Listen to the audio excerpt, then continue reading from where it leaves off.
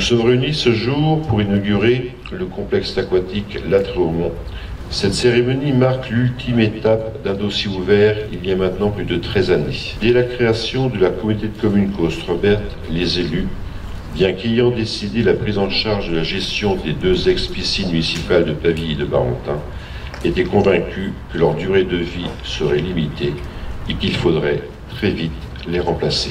Depuis le 24 juin 2014, la fréquentation constatée, près de 400 usagers jour en moyenne, confirme que cet équipement était vraiment indispensable. Nos concitoyens n'ayant, avant sa mise à service, d'autres alternatives qu'Yvetot ou l'agglomération rouennaise à des tarifs largement supérieurs. Je conclurai donc en remerciant à nouveau chacune des personnes déjà citées, mais aussi les concepteurs, les entreprises, les personnels qui se sont inquiétés un temps pour leur devenir, et bien sûr les usagers pour leur patience. J'aurai bien entendu des remerciements très particuliers pour notre directrice Nathalie Covin, qui a accompli un travail exemplaire. Monsieur le député, vous présidiez la cérémonie de pose de la première pierre de ce complexe aquatique le 19 mai 2012. Je vous ai dit, ensemble nous avons pris un risque, ensemble nous réussirons. Aujourd'hui, je vous dis à tous, nous avons réussi. Merci. Et je travaille en collaboration avec les architectes qui ont mené à bien ce projet. Donc c'est le cabinet Octan Architecture qui se situe à Rouen. On collabore ensemble depuis un peu plus d'1 an maintenant. Suite à l'arrêt de ma carrière sportive, ils m'ont proposé de collaborer avec eux pour apporter mon expérience et mon vécu à travers toutes les piscines que j'ai pu voir à travers le monde ces dernières années. Je pense qu'il y a des choses intéressantes à transmettre. Et voilà, comme j'ai vraiment envie de partager et transmettre un maximum sur mon expérience, c'est un des créneaux qui me plaît vraiment et qui me fascine aussi. L'architecture, l'aménagement d'un espace, la construction d'un complexe aquatique, c'est toujours extrêmement compliqué. Et puis en France, on manque cruellement aussi de bassins pour des entraînements, pour du loisir, pour du ludique et pour de l'apprentissage. Donc je suis vraiment pour cette démarche-là et qu'il y ait un maximum de complexes aquatiques qui puissent se répandre sur le territoire, ça peut être qu'une bonne chose, quoi. Enfin, j'ai été surpris qu'il n'y ait pas de structure associative encore dans cet établissement, donc c'est tout récent, l'inauguration est aujourd'hui, il est ouvert que depuis 2 mois, mais ça me ferait plaisir qu'il y ait un des nageurs du coin, un des jeunes ou un garçon ou fille qui puisse apprendre à nager ici et qu'un jour puisse atteindre le plus haut niveau international. Ce serait un immense honneur parce que aujourd'hui, on a une équipe de France de natation qui est forte, mais chacune et chacun de ces éléments viennent des petits coins et pas forcément des grandes structures. On a tous appris à nager dans notre petite piscine à côté de chez nous. Et là, c'est pas une petite piscine, c'est une belle piscine de proximité. Donc, il faut aussi en faire bon usage et en faire profiter tout le monde, pas seulement le ludique et l'apprentissage ou les scolaires, mais aussi les associations sportives. Ça, c'est intéressant. J'aurais aimé pouvoir apprendre à nager dans un bassin comme ça. Moi, j'ai appris à nager dans une piscine tournesol qui faisait partie des 1000 piscines en France.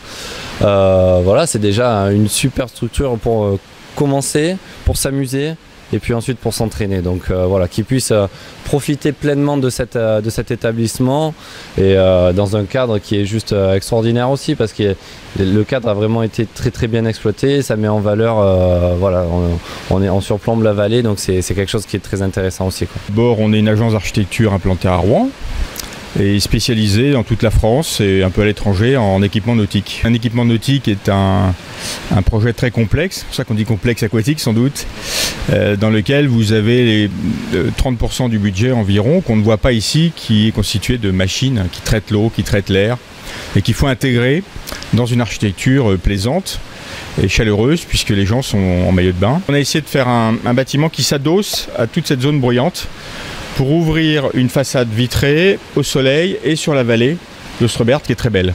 L'idée, c'est que quand on vient dans cette piscine, on s'isole de notre environnement habituel, on vient là pour se détendre, on a un équipement qui est chaleureux et on oublie un petit peu tous les soucis, on se fait plaisir. C'est un équipement assez classique comme on en fait un certain nombre en France, constitué de différents bassins pour répondre à toutes les clientèles. On peut nager, on peut apprendre à nager, on peut faire de l'aquagym, bébé nageur. Derrière moi, vous avez le bassin ludique avec des cascades, des jeux de bulles, on traite l'eau, on traite l'air. Vous avez un toboggan et puis un centre de remise en forme avec sauna hammam, qui est un complément assez habile à tous ces équipements. Donc une offre variée qui répond bien au regroupement de ces communes sur une communauté de communes et qui remplace 2 petites piscines en une seule grande qui a des équipements. Alors après, techniquement, le dernier point, c'est ultra moderne. Donc les élus ont accepté les propositions qu'on leur a faites. C'est chauffé au bois, 100% au bois, ce qui est une des premières en France. L'eau est traitée non pas avec le chlore mais avec de l'ozone. Donc c'est pour ça que vous sentez ici, on ne s'applique pas les yeux, on n'a pas les mauvaises odeurs. Sur un procédé dont on a déposé un brevet, qu'on a inventé nous-mêmes. Vous avez aussi des systèmes de recyclage d'eau. Plutôt que d'envoyer l'eau de nettoyage des filtres à l'égout, on la met dans un bac et on la recycle avec des machines qu'on a importées de l'étranger. Et donc c'est une piscine qui va être très économique en fonctionnement, très économique. C'est avec les surinvestissements et en plus l'ADEME a été partenaire sur ces dossiers, vont être amortis en 5-6 ans. Et après ce sera de l'économie permanente de fonctionnement. Or une piscine c'est 20 fois plus énergivore au mètre carré qu'un bâtiment de bureau ou autre chose. Donc ça consomme tout le temps. Donc cette vertuosité à la fois économique et écologique, puisque on n'est pas sur une solution gaz de production de chaleur avec des matières fissiles, mais du bois qui vient de nos régions, et le point fort de ce projet. Ça va être un outil pilote, près de nos bases, puisqu'on est à 20 km, ça c'est bien, parce qu'on travaille un peu dans toute la France.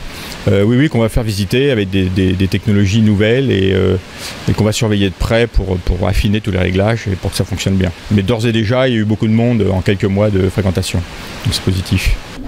Le sentiment, c'est une grande joie, puisqu'on met enfin à disposition des Barentinois, mais aussi de tous les habitants de la communauté de communes Causses-Treubert, un équipement depuis très longtemps attendu. Il est beaucoup plus riche que la structure qui vient d'être fermée, puisqu'il offre davantage de prestations.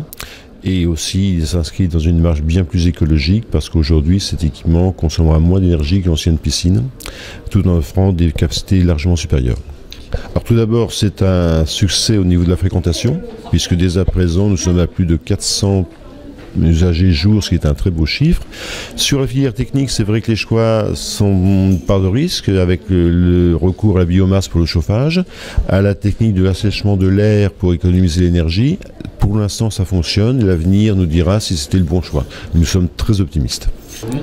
La réponse est très simple, nous sommes conscients de cette difficulté et les horaires évolueront.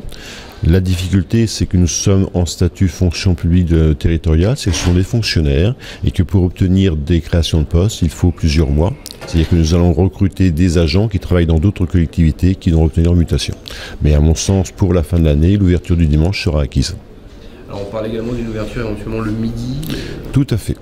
Aujourd'hui, le projet soumis au conseil communautaire, c'est d'améliorer les ouvertures sur tous les jours, y compris éventuellement sur le temps du midi, le samedi. Globalement, ça ferait 12 heures de plus, dont le dimanche.